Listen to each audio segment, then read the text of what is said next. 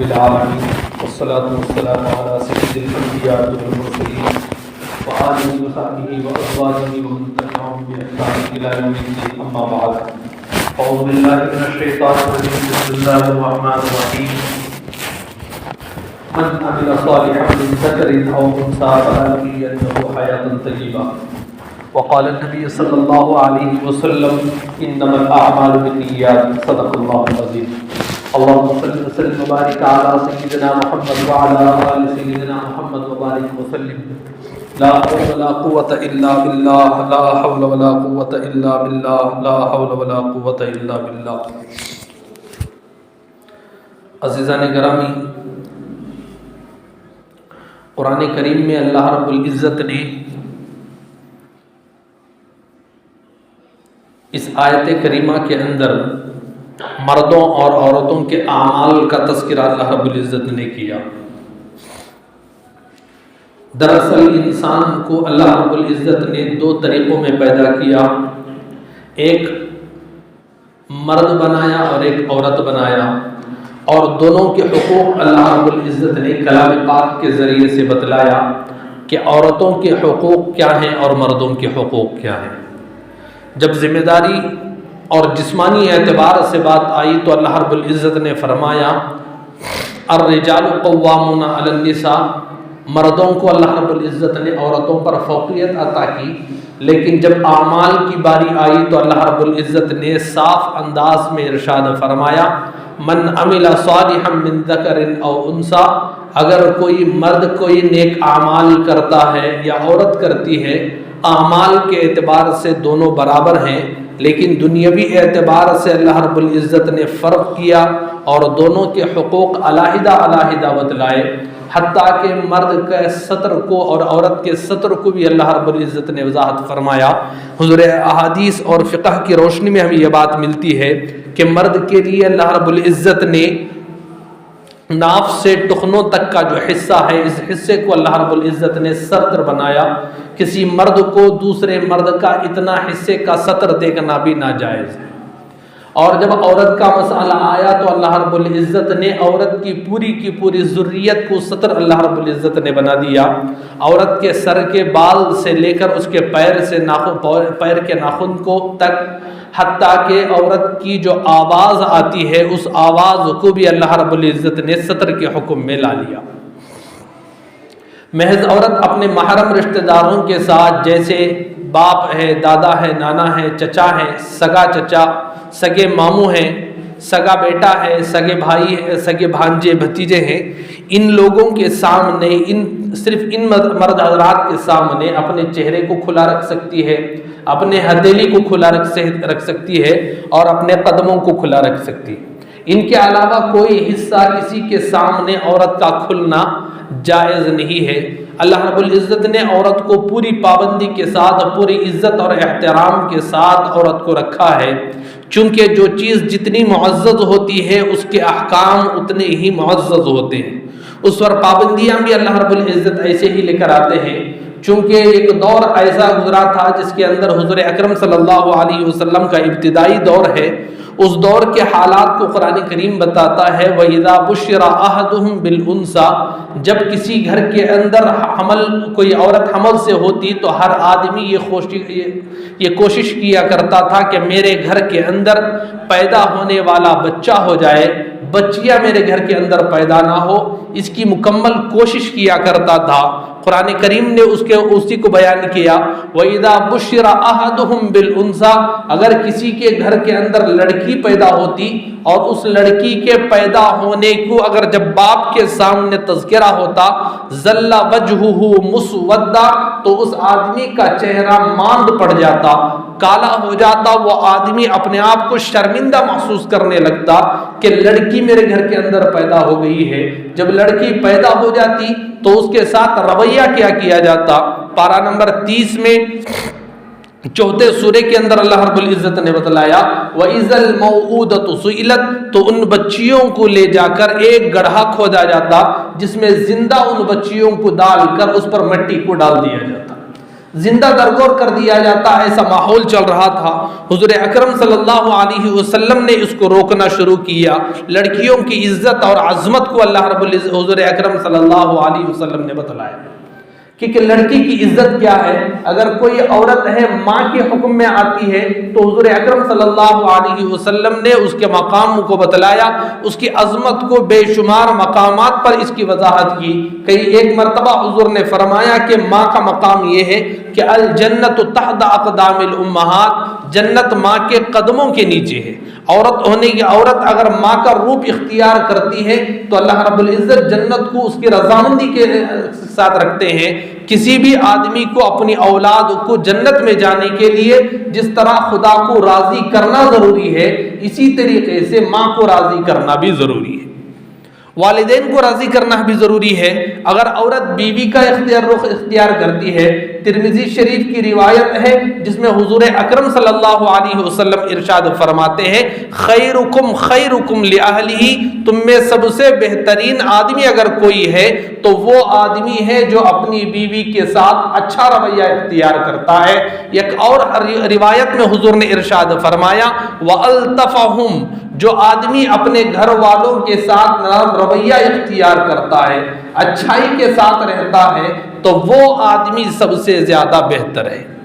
اگر عورت اسی درجے کے اندر اگر عورت بیٹی کا رخ اختیار کرتی ہے، حضور اکرم صلی اللہ علیہ وسلم فرماتے ہیں ترمذی شریف ہی کی روایت کے اندر آتا ہے من عال جاریتین، اگر کسی آدمی کے یہاں پر دو بچیاں پیدا ہو گئی اور ان دونوں کی وہ آدمی تربیت کرتا ہے، فأدبہن، ان کی تربیت کرتا ہے، صحیح چیز ان کو سکھلاتا ہے، تو اس وقت حضور فرماتے ہیں دخلت انا وہو، میں اور وہ جنت کے اندر ایسے داخل ہوں گے کہاتینی، جیسے دو انگلیاں آپس میں ملی ہوتی ہیں، میں اور وہ اسی طریقے سے جنت کے اندر رہیں گے۔ جگہ جگہ پر آپ صلی اللہ علیہ وسلم بشارتوں کو سناتے ہیں کہ اس کے ساتھ رویہ کیا کرنا چاہیے۔ اگر بہن کی صورت اگر عورت اختیار کرتی ہے تو اس کے احکام بھی بیٹی ہی کی طرح ہوتے ہیں کہ اس کے اخلاق سکھلائے، اس کو طریقہ سکھلائے، اس کے عقائد کی درستگی کرے، ان چیزوں کو سکھلانا ضروری ہے۔ تو معلوم ہوا کہ عورت کوئی بھی رخ اختیار کرے، ماں کے رخ کے اندر وہ محبت اور تعظیم کا حقدار ہوتی ہے۔ بیوی کا رخ اگر عورت اختیار کرے تب بھی محبت اور تعظیم کا حق اختیار کرتی ہے۔ اگر وہ بیٹی کا رخ اختیار کرتی ہے، محبت اور تعظیم و تکریم کی حقدار ہوتی ہے۔ اگر عورت بہن کا رخ اختیار کرتی ہے اس وقت بھی عورت محبت، تعظیم اور تکریم کی حقدار ہوتی ہے۔ جو بھی رویہ عورت کا ہو، ہر رویے کے اندر عورت کے مزاج ہی ایسا ہے کہ محبت اور تعظیم و تکریم ہوتی ہے۔ حضرت انجشہ رضی اللہ تعالیٰ عنہ سے متعلق آتا ہے کہ وہ بہت تیز ایک مرتبہ اونٹ کو دوڑا رہے تھے، اونٹ کو بہت تیزی سے دوڑا رہے تھے، پیچھے مستورات بیٹھی ہوئی تھی، تیزی کے ساتھ کہیں پر سفر پر جا رہے تھے۔ حضور اکرم صلی اللہ علیہ وسلم سامنے آتے ہیں، اونٹ کو رکواتے ہیں اور رکوا کر فرماتے ہیں کہ بھائی آرام سے سواری کو چلاؤ، کیونکہ جو پیچھے بیٹھی ہوئی ہیں بہت نازک اور نرم مزاج رکھنے والی بیٹھی ہوئی ہے۔ تو آپ صلی اللہ علیہ وسلم نے جس طرح ان کی عزت کی ہے، ان کے حقوق کو بھی آپ صلی اللہ علیہ وسلم نے بتلایا کہ عورت پردہ کرنے کی چیز ہے۔ ہر ایک نظر عورتوں کے اوپر پڑ جائے، ہر آدمی اپنی سوچ سے سوچنے والا ہو جائے، یہ اچھی چیز نہیں ہے۔ تو عورتوں کو پردے کا اللہ رب العزت نے حکم دیا۔ قرآن کریم کے اندر آتا ہے کہ اللہ رب العزت نے جس وقت عورتوں کے پردے کا حکم نازل کیا، اس سے پہلے کی بات تفاسیر کے اندر ملتی ہے کہ حضرت عمر رضی اللہ تعالیٰ عنہ بار بار حضور اکرم صلی اللہ علیہ وسلم کو اصرار کرتے رہے کہ مردوں اور عورتوں کے درمیان پردے کا نظام قائم کیجیے۔ حضرت عمر رضی اللہ تعالیٰ عنہ کی خواہش تھی۔ قرآن کریم کے اندر اور بہت سارے مقامات پر 18 چیزیں ایسی ہیں ہماری دین کے اندر ملنے والی جو حضرت عمر رضی اللہ تعالیٰ عنہ کی سوچ تھی۔ حضرت عمر رضی اللہ تعالیٰ عنہ کی سوچ تھی، اچھی تھی، تو اللہ رب العزت نے احکام کی شکل میں اس کو نازل کر دیا۔ تو پردے سے متعلق ایک بہت خاص اہمیت دیا کرتے تھے۔ اچانک ایک مرتبہ حضرت زینب رضی اللہ تعالیٰ عنہ کے ساتھ حضور کا جب نکاح کا مسئلہ پیش آیا تو آپ حضرت عمر رضی اللہ تعالیٰ عنہ اس وقت بھی زور دینے میں لگے ہوئے تھے، ولیمہ چل رہا تھا۔ اللہ رب العزت نے قرآن کریم کی آیتوں کو نازل فرمایا اور اس کے اندر اللہ رب العزت نے بتلا دیا کہ مردوں اور عورتوں کے اندر پردہ کرنا کتنا ضروری ہے۔ مردوں اور عورتوں کے اندر پردے کو اللہ رب العزت نے حکم نازل کیا، اور ہر ایک کو عورتوں کے ساتھ جتنے غیر محرم عورتیں تھیں ان تمام عورتوں سے پردے کے حقوق کو نافذ کیا گیا۔ خود حضرت علی رضی اللہ تعالی عنہ جو آپ صلی اللہ علیہ وسلم کے چچا ابو طالب کے بیٹے تھے، بچپن سے حضور کے گھر کے اندر پرورش پانے والے، بچپنا ہی حضور کے گھر کے اندر وہ پرورش پائے ہوئے تھے۔ جب آیتوں کے ذریعے سے حکم نازل ہوا تو حضرت علی رضی اللہ تعالیٰ عنہ اپنے آپ پردہ کرنے لگے، حجاب کرنے لگے۔ حضرت علی رضی اللہ تعالیٰ عنہ پیچھے ہٹ گئے، کیونکہ حضور اکرم صلی اللہ علیہ وسلم کی جتنی بیویاں ہیں وہ بیویاں ماں کا حکم رکھتی ہیں، ماں ہیں، لیکن جب پردے کا حکم نازل ہو گیا تو ان سے پردہ کرنا ضروری ہے۔ حضرت علی رضی اللہ تعالیٰ عنہ سے متعلق ایک بات عام طور پر میں آپ کو یہاں سے ایک جواب دیتا چلو، عام لوگوں پر جو لوگ پڑھ کر آ رہے ہیں ان کا ایک مزاج بن رہا ہے۔ مزاج یہ ہے کہ لوگوں کو وہ کہتے رہتے ہیں کہ ہماری آنکھیں پاک ہو جائیں، ہمارا دل پاک ہو جائے تو کافی ہے، پردے کی کوئی ضرورت نہیں، ہمارا دل اور آنکھوں کی پاکی ضروری ہے۔ اس طریقے کے ایک پروپیگنڈا کرتے ہیں۔ ان کو حضرت علی رضی اللہ تعالیٰ عنہ کی ایک روایت ہے، جس روایت سے جواب ملتا ہے کہ حضرت علی رضی اللہ تعالیٰ عنہ کا ایمان کتنا مضبوط تھا۔ اس ایمان سے متعلق حضرت علی فرماتے ہیں، مختصر انداز میں آپ کو روایت بتاتا چلوں، روایت میں آتا ہے حضرت علی فرماتے ہیں کہ اگر میرے سامنے برزخ کو پیش کر دیا جائے، جنت اور جہنم کو میرے سامنے اگر پیش ہو جائیں تو اس وقت میرے ایمان کے اندر ذرا برابر اضافہ نہیں ہوگا، میرے ایمان کے اندر اضافہ نہیں ہوگا، کیونکہ حضور کی خدمت میں رہ کر، حضور اکرم صلی اللہ علیہ وسلم کی مصاحبت میں رہ کر، آپ کے ساتھ رہ کر انہوں نے ایمان کو اتنا مضبوط بنا لیا کہ جنت کو دیکھے بغیر اس جنت کے ہونے کا، جہنم کو دیکھے بغیر اس جہنم کے ہونے کا یقین 100% ان کے دلوں کے اندر بیٹھا ہوا تھا۔ تو حضرت علی رضی اللہ تعالیٰ عنہ فرماتے ہیں کہ میرے سامنے اگر جنت اور جہنم آ جائے تو میرے یقین میں اضافہ نہیں ہوگا، کیونکہ میرا اتنا ہی یقین پہلے سے بنا ہوا ہے۔ تو ایسے یقین اور ایمان والے حضرت علی رضی اللہ تعالیٰ عنہ کا حضرت علی رضی اللہ تعالیٰ عنہ اسی گھر میں پرورش پانے کے باوجود جب پردے کا حکم آتا ہے تو اس وقت پردہ کرتے ہیں۔ تو میرے اور آپ کے لیے پردہ کرنا کتنا ضروری ہے، عورتوں سے بچنا کتنا ضروری ہے۔ نامحرم جتنی عورتیں ہیں، چاہے وہ چچا کی بیٹیاں ہوں، چاہے وہ ماموں کی بیٹیاں ہوں، یا ہماری سالی اگر ہیں، ان تمام سے پردے کا حکم ضروری ہے۔ لیکن عام طور پر جو غلطیاں ہوتی ہیں کہ سالی بہن کی طرح ہے، بہن نہیں ہے، بہن نہیں ہے، بہن کی طرح کہہ کر اس کے ساتھ بے پردگی کو اختیار کیا جاتا ہے۔ عام طور سے یہ ہمارے اندر خرابیاں ہیں، تو ان سے بچنا ضروری ہے، ان سے بچنا ضروری ہے۔ چچازاد بہنیں ہیں، قرآن کریم کا حکم ہے کہ وہ نامحرم ہے، تو نامحرم سے بچنا ضروری ہے۔ ان کے ساتھ ہماری نگاہیں نہ ٹکرائیں، ہماری سوچ ان سے نہ ٹکرائیں، کتنا احتیاط ضروری ہے۔ حضرت موسیٰ علیہ السلام کا واقعہ آپ نے دیکھا ہوگا، قرآن کریم کے اندر آپ نے سنا بھی ہوگا کہ حضرت موسیٰ علیہ السلام فرعون سے نکل کر آ گئے، فرعون کے ملک کو چھوڑ کر، وہاں سے چھوڑ کر جب آ گئے، بنی اسرائیل کے ساتھ حضرت موسیٰ علیہ السلام کی ٹکر ہو گئی تھی۔ پھر اس کے بعد حضرت موسیٰ علیہ السلام شہر چھوڑ کر آ گئے۔ آنے کے بعد حضرت موسیٰ علیہ السلام حضرت شعیب علیہ السلام کے ملک میں پہنچے، اور ایک کنواں لگا ہوا تھا، اس کنویں کے پاس آپ تشریف فرماتے، کنویں کے پاس تشریف فرماتے ہیں۔ تو اس وقت کئی لوگ آتے اور آنے کے بعد وہاں کے کنویں سے اپنے جانوروں کو پانی پلاتے۔ اس زمانے کے اندر کنویں کا نظام زمین بوز تھا، زمین کے برابر تھا، تو کوئی آدمی اچانک گر نہ جائے، اوپر ایک بہت بڑی پتھر کی سل اس کے اوپر رکھ دیا جاتا تھا۔ تو اس کی بنا پر جب کوئی آدمی آتا اپنے جانوروں کو پانی پلانے کے بعد اس سل کو ڈھکیل دیتا، اس کے ذریعے سے اس کنویں کا منہ بند کر دیتا، تاکہ جو آدمی دوبارہ آ کر اپنے جانوروں کو سیراب کرانا چاہے وہ خود اس سل کو ہٹا کر اپنے جانوروں کو پانی پلائے۔ یہی کام چل رہا تھا کہ حضرت موسیٰ علیہ السلام دیکھ رہے ہیں کہ دو لڑکیاں اپنے جانوروں کو لے کر کنارے پر کھڑی ہوئی ہیں، شرم کی مارے سامنے بھی نہیں آ پا رہی ہے۔ حضرت موسیٰ علیہ السلام دیکھتے ہوئے بیٹھے ہوئے تھے۔ جب تمام مرد حضرات چلے گئے تو یہ لڑکیاں آ کر اس سل کو ہٹانے کی کوشش کر رہے تھے۔ حضرت موسیٰ علیہ السلام گئے اور جانے کے بعد ایک ہاتھ سے اس سل کو کھسا دیا،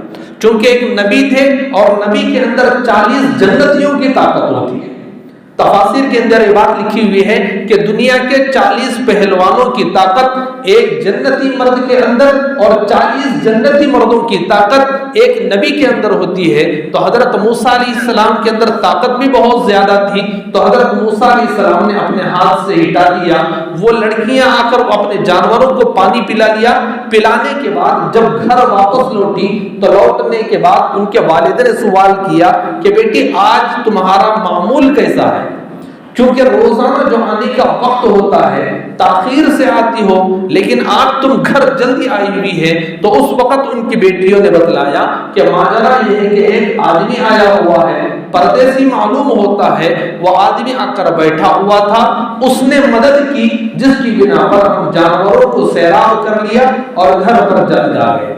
چونکہ حضرت شعیب علیہ السلام ایک نبی تھے، انہوں نے حضرت موسیٰ علیہ السلام کو بلا کر بھیجا۔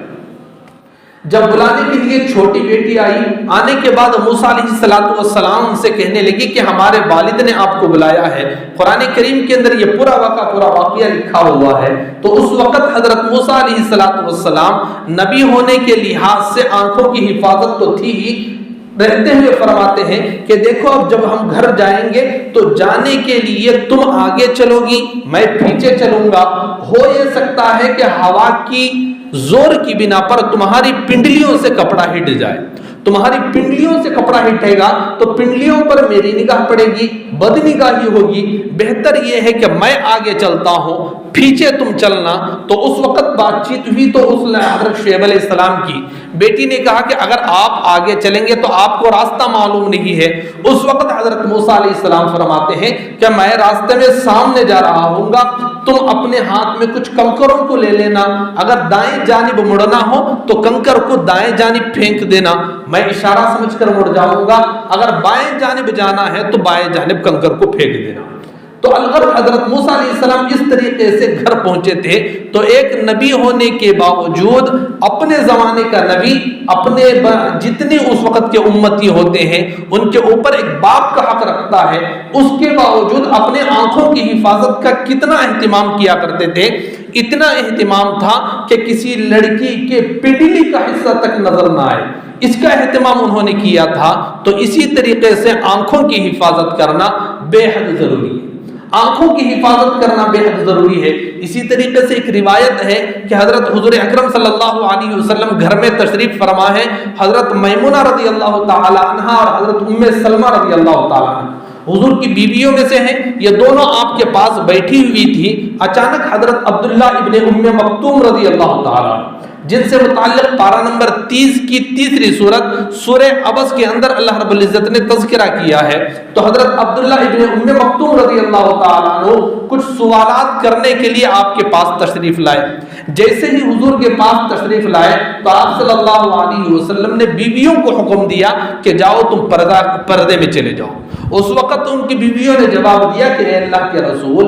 وہ تو نابینا ہے، وہ ہمیں دیکھ نہیں سکتے۔ تو حضور نے فرمایا کہ تم تو دیکھ سکتے ہو، وَأَنْتُمْ عُمْيَاكُمْ، کیا تم اندھی ہو چکی ہو؟ حضور اکرم صلی اللہ علیہ وسلم نے اپنی بیویوں سے فرمایا کہ تم اندھی ہو چکی ہو، تم تو مردوں کو دیکھ رہی ہو۔ اس لیے جس طریقے سے مرد کا عورت کو دیکھنے سے پردہ ہے، عورت کا بھی مرد کو دیکھنے سے پردہ ہے، تو دونوں طریقے سے پردہ کرنا ضروری ہے۔ تو یہ بہت اہمیت کا حامل ہے۔ اسلام کے اندر پردے کا جو حکم نازل ہوا ہے بہت ہی ضرورت کے تحت اللہ رب العزت نے حکم نازل کیا،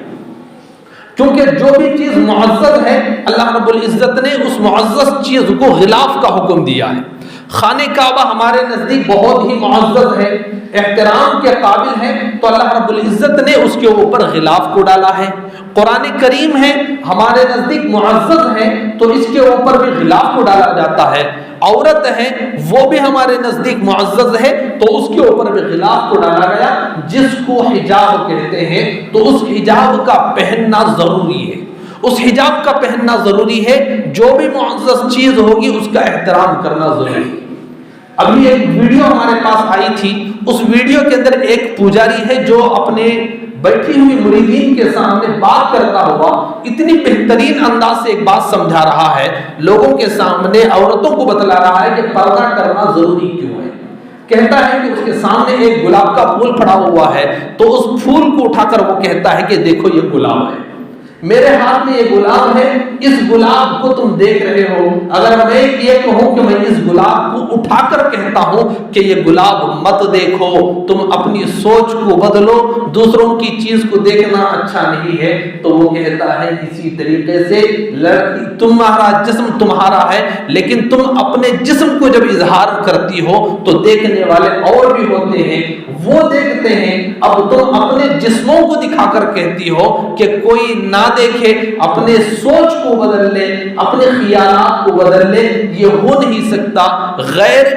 غیروں کو بھی معلوم ہے کہ پردہ کرنا کتنا ضروری ہے، غیروں کو بھی معلوم ہے، لیکن جتنے لوگ پروپیگنڈا کرنے والے ہیں ان کی سوچ ہی ایک عجیب سوچ بنی ہوئی،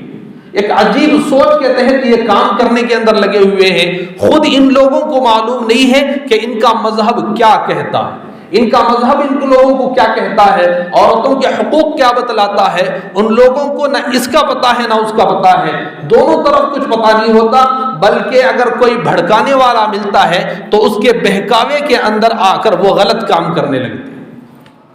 جیسے حجاب کا مسئلہ ابھی چل رہا ہے تو اس حجاب سے متعلق کئی ساری ویڈیو سامنے آ چکی ہیں، اس کے اندر آپ نے دیکھا ہوگا کہ جہاں پر لڑکیاں حجاب پہن کر جا رہی ہیں وہاں پر ان کے مقابلہ کرنے کے لیے کچھ اسٹوڈنٹ ایک کیسری رومال کو اپنے گلوں میں ڈال کر جا رہی ہیں۔ وہ تمام بات خلاصے کے ساتھ سامنے یہ آئی ہے کہ وہ لڑکے اپنے گھروں سے پہن کر نہیں آئے، ان حجابوں کو، ان کیسری رومال کو گھروں سے پہن کر نہیں آئے، بلکہ ان اسٹوڈنٹ کو بہکانے کے لیے ایک کار آئی ہے جس کے اندر بہت سارے غلاف لا کر ان اسٹوڈنٹ کو بہکایا جا رہا ہے، بہکا کر ان لوگوں کو ہندوتوا کے نام پر، ان کے مذہب کے نام پر غیرت دلا کر ان لوگوں کو کھڑا کیا جاتا ہے۔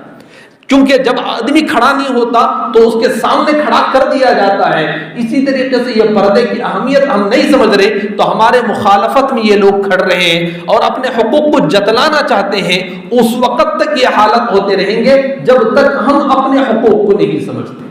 یہ قرآن کریم کے اندر جو پردے کا حکم ہے یا دوسرے احکامات ہیں، ان احکامات کو اگر ہم سمجھے بغیر چلیں گے کہ کیوں آیا ہوا ہے یہ حکم، تو اس وقت ہمارے ساتھ یہی حالات آتے رہیں گے۔ بس دو واقعات میں آپ کے سامنے بتلاؤں کہ پردہ کتنا ضروری ہے، پردہ کرنا کتنا ضروری ہے۔ دو واقعات مختصر انداز میں آپ کے سامنے رکھتا چلو۔ ایک واقعہ حضرت ابراہیم علیہ السلام کا، جس وقت حضرت ابراہیم علیہ السلام کو آگ میں ڈالا جا رہا تھا، نمرود ان کو آگ میں ڈال رہا تھا، اس وقت فرشتوں کی مدد لگاتار حضرت ابراہیم سے ہو رہی تھی، لگاتار فرشتے آ رہے تھے، بات چیت چل رہی تھی۔ انسان فرشتوں کو دیکھ نہیں سکتا لیکن شیطان فرشتوں کو دیکھ سکتا ہے، اس لیے کہ اس نے ایک عرصہ مسلسل فرشتوں کے درمیان رہا، مسلسل فرشتوں کے درمیان ایک عرصہ اس نے رہا تھا، اور فرشتوں کی اچھائیوں کو بھی جانتا ہے اور فرشتوں کی کمزوریوں کو بھی جاننے والا شیطان ہے۔ فرشتوں کی بھی کچھ کمزوریاں ہیں، وہ کیا کمزوریاں ہیں شیطان بھی جانتا تھا۔ جیسے ہی حضرت ابراہیم علیہ السلام کے سامنے فرشتے حاضر ہوتے رہے، ان کی بات چیت ہوتی رہی، یہاں پر آگ میں ڈالنے کا مسئلہ ہو رہا تھا، اس وقت شیطان نے دیکھ لیا کہ فرشتے آ رہے ہیں، ابراہیم علیہ السلام کو مدد مل سکتی ہے، تو اس نے فوری طور پر نمرود کو بتلا دیا کہ دیکھو فرشتے مدد کے لیے آ رہے ہیں، یہ ایک نبی ہیں، ان کا اور فرشتوں کا واسطہ ختم کرنے کی ضرورت ہے۔ فرشتوں کی ایک کمزوری ہے، اس کمزوری کا اگر ہم نے علاج کر لیا تو ابراہیم علیہ السلام کا اور فرشتوں کا تعلق ختم ہو جائے گا۔ اس تعلق کو ختم کرنے کے لیے اس نے جو کام کیا تھا، آپ تفاسیر اگر اٹھا کر دیکھیں تو اس وقت آپ کو ملے گا جس وقت حضرت ابراہیم علیہ السلام کو آگ میں ڈالا جا رہا تھا، فرشتے لگاتار آ رہے تھے، تو شیطان نے نمرود سے کہہ دیا کہ اپنی عورتوں کے سر کا دوپٹہ ہٹا دو،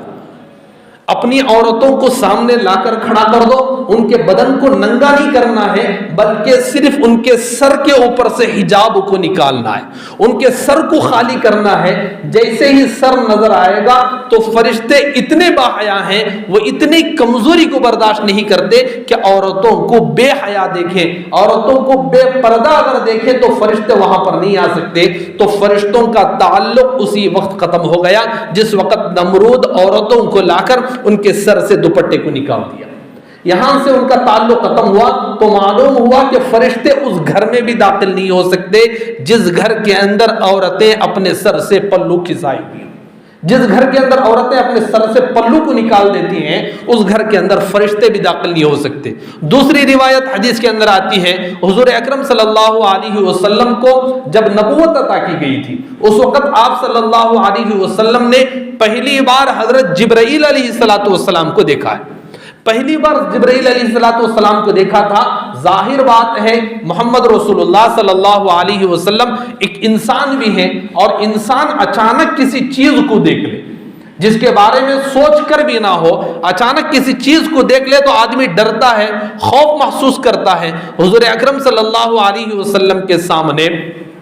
جس وقت حضرت جبرائیل علیہ السلام آئے تھے اس وقت قرآن کریم کی آیتیں آپ کے سامنے بتلائی تھی، اس سے پہلے حضرت جبرائیل کا معاملہ یہ تھا کہ حضور اکرم صلی اللہ علیہ وسلم کو جس طریقے سے ہم آپس میں معانقہ کرتے ہیں، گلے ملتے ہیں، گلے مل کر آپ صلی اللہ علیہ وسلم کو دونوں ہاتھ سے زور سے بھیج دیا تھا۔ اگر کوئی دوست اپنے دوست سے ملتا ہے، ملاقات کرتا ہے، بچپن کے دوست ہیں، کھلا ہوا اگر اس سے ساتھ مزاج ہو تو اس کو زور سے دبا کر اٹھا لیا جاتا ہے۔ تو اسی طریقے سے حضرت جبرائیل علیہ السلام حضور اکرم صلی اللہ علیہ وسلم کو زور سے بھیج دیے تھے، 3 مرتبہ بھیج دیے۔ حضور کے اوپر یہی وحشت قائم تھی، وحی کا نزول ہوا تھا، یہ بھی وحشت قائم تھی۔ حضرت خدیجہ ایک بیوی اس وقت تھے، ان کے پاس گئے اور جا کر وہاں پر حضور نے فرمایا زمیلونی زمیلونی، مجھے چادر اڑاؤ۔ چادر اڑا کر حضور کو بخار کی حالت طاری ہو گئی، خوف کی حالت تھی۔ اس وقت حضور اکرم صلی اللہ علیہ وسلم نے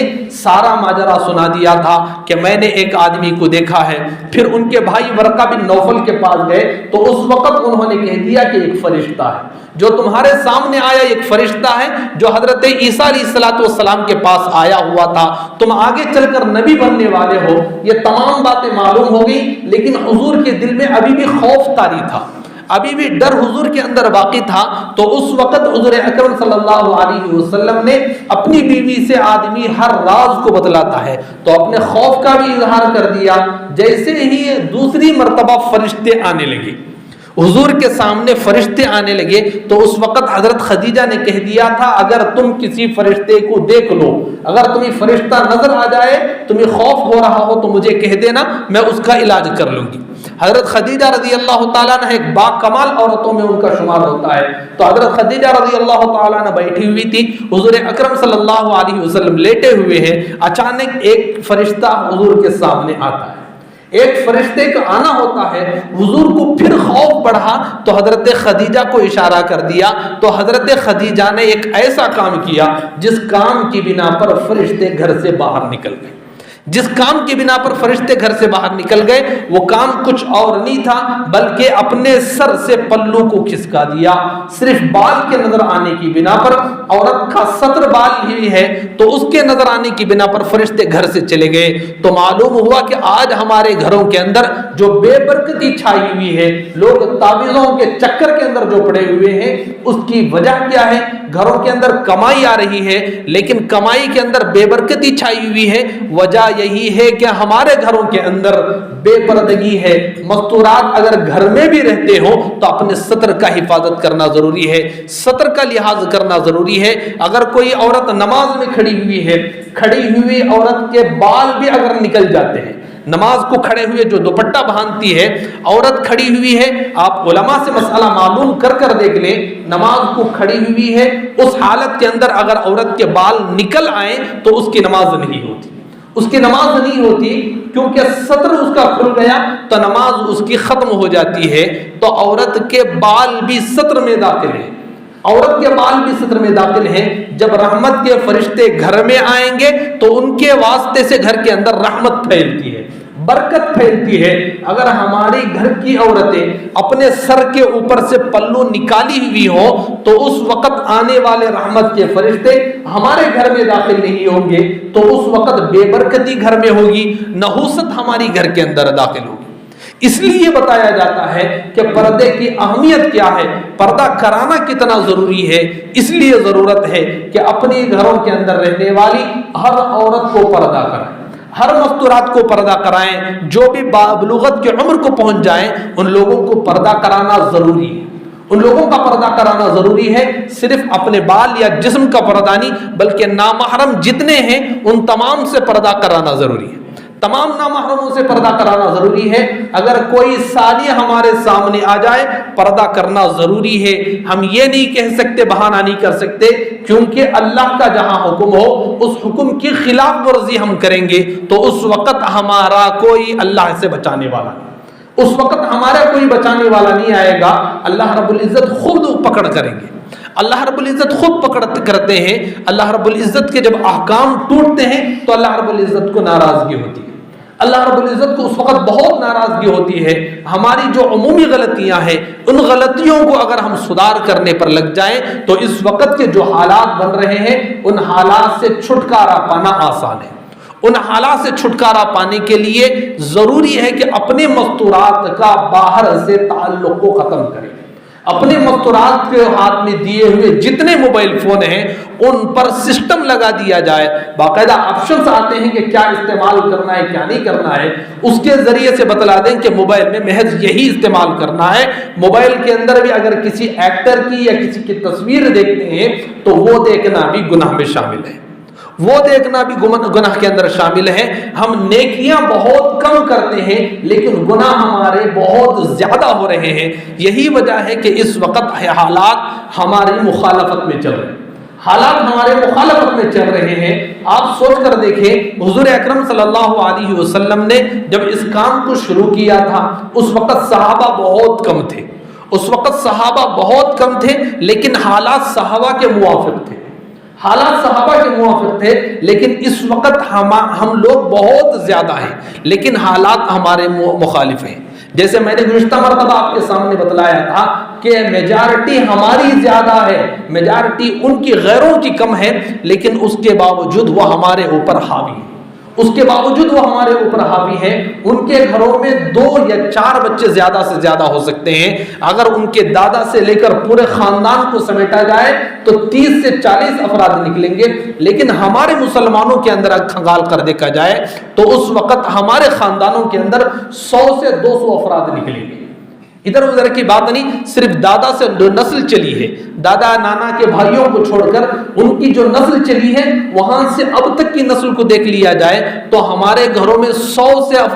100 افراد ہوں گے، اور وہی مقابلہ ان کے گھروں کے اندر کیا جائے تو وہاں پر کم لوگ ہوں گے، لوگ وہاں پر کم ہیں یہاں پر زیادہ ہیں۔ یہی حالت اس وقت مخالف تھی۔ صحابہ کے زمانے میں مسلمان کم تھے لیکن کافر زیادہ تھے، لیکن چلتی مسلمانوں کی تھی۔ آج مسلمان زیادہ ہیں کافر کم ہیں، اس کے باوجود کافروں کی چل رہی ہے۔ وجہ یہ ہے کہ اس دور کے لوگ اللہ کی مانتے تھے، نبی کے طریقوں کو لیتے تھے۔ آج کے دور کے لوگ اللہ کو چھیڑے ہوئے ہیں، نبی کے آلات کو چھوڑے ہوئے ہیں، تو اس وقت اللہ نے حالات کو پلٹ دیا ہے، اللہ نے حالات کو پلٹ دیا ہے۔ اگر حالات کو اپنے موافقت میں لانا ہے تو ضرورت ایک ہی بات کی ہے کہ ہم اعمال میں لگنے کی ضرورت ہے، اعمال میں لگنے کی ضرورت ہے۔ دعا کریں کہ اللہ رب العزت ہم سب کو دین کی سمجھ عطا فرمائے، دین کو اپنانے کی توفیق عطا فرمائے۔ وآخر دعوانا ان الحمد للہ رب العالمین۔